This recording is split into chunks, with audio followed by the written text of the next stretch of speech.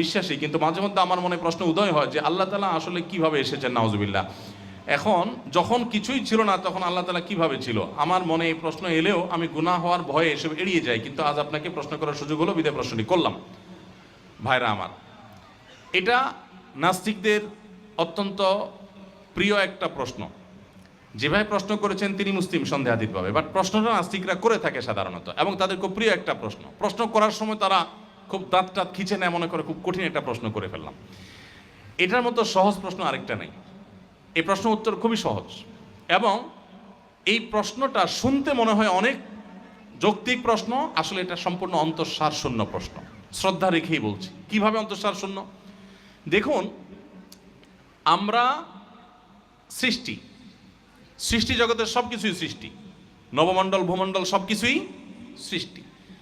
সৃষ্টির স্রষ্টা তালাশ করতে হয়, এটা তো যৌক্তিক কথা যে সৃষ্টি হলে তার অবশ্যই কি আছে, স্রষ্টা আছে।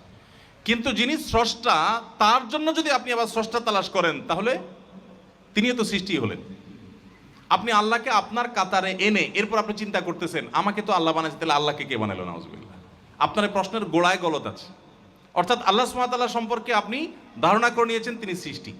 যদি তর্কের খাতিরে আপনার প্রশ্নটা আমি ইতিবাচকভাবে অ্যাকসেপ্ট করেও নেই এবং ওইভাবে ভাবি যে আল্লাহর আবার কে সৃষ্টিকর্তা আছে, তাহলে তার আবার সৃষ্টিকর্তা খুঁজতে হবে না, তার আবার খুঁজতে হবে না, এভাবে গিয়ে কোথাও গিয়ে তো থামতে হবে আমাদেরকে।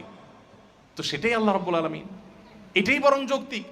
বরং আল্লাহ সুবহানাহু ওয়া তাআলার স্রষ্টা চিন্তা করা বা স্রষ্টা হতে পারে এটার কল্পনা করাটা হলো আল্লাহ সম্পর্কে ধারণা ভুল থাকা। আমি আল্লাহকে সৃষ্টি ধরে নিয়ে আমি এই চিন্তা করছি। আপনি প্রশ্ন করছেন এরকম যে স্রষ্টার সৃষ্টিকর্তাকে, প্রশ্নের মধ্যেই ভুল আছে। যিনি স্রষ্টা তার আবার সৃষ্টিকর্তা থাকবে কোত্থেকে? তাহলে তিনি স্রষ্টা হলেন কিভাবে? তিনি তো মহান স্রষ্টা হতে পারেন না যদি তার আবার সৃষ্টিকর্তা থাকে। তাহলে স্রষ্টার সৃষ্টিকর্তাকে এই প্রশ্নের ভাষাতেই বোঝা আছে প্রশ্নটাতে কি আছে, ভুল আছে। তারপরও এ ধরনের মনে প্রশ্ন আসাটা অস্বাভাবিক না। একটা প্রশ্ন আসছে এবং প্রায় সময় অনেকে বলেন যে আল্লাহ সম্পর্কে মনের মধ্যে বাজে চিন্তা আসে। ইন্টারেস্টিং একটা প্রশ্ন।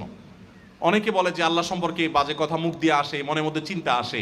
নবী করিম সাল্লাল্লাহু আলাইহি সাল্লামকে ঠিক এরকম একটা কথা বলার পর একজনে তিনি বলেছেন, দেখো তোমার মনে আল্লাহ সম্পর্কে বাজে চিন্তা আসলে তুমি সাথে সাথে খুশি হয়ে আল্লাহর কৃতজ্ঞতা আদায় করবা।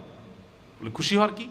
মানে তুমি আল্লাহ তাআলার শুকর আদায় করবা যে তোমার মনের মধ্যে বাজে চিন্তা আসছে, সেটা নিয়ে তুমি পেরেশান আছো, তার মানে তোমার মধ্যে ঈমান আছে। যেই ঘরে সম্পদ আছে সেখানে চোর আসে, তুমি ঈমানদার দেখে তোমার মনে এই চিন্তা আসছে। যার আল্লাহর প্রতি বিশ্বাস নেই তার মনে কখনো চিন্তা আসেই না। শয়তান তোমার ঈমানটাকে হরণ করতে চাচ্ছে। তুমি এই সময় কি করবে? নবী সাল্লাল্লাহু আলাইহি ওয়াসাল্লাম কিছু শেখানো সুন্নাহ আছে। বাম দিকে প্রতীকী থুতু নিক্ষেপ করা। প্রতীকী, ওই যে শুয়ের আগে যে পরিমাণ পানি থাকে এরকম বাম দিকে থুতু, কারণ বাম দিক থেকে শয়তান মানুষকে এই সমস্ত চিন্তাগুলো মানুষের ভিতরে অ্যাডাপ্ট করে। সেই সাথে আল্লাহর কাছে একটা 3 বাক্যের বা 4 বাক্যের একটা দোয়া পড়া, আমানতু বিল্লাহি ওয়া রাসূলি, আমানতু বিল্লাহি ওয়া রাসূলি, আমি আল্লাহর প্রতি ঈমান এনেছি এবং রাসূলের প্রতি ঈমান এনেছি। ইনশাআল্লাহ বিদিনিল্লাহ এই জাতীয় মনের শয়তানের জল্পনা দূর হবে।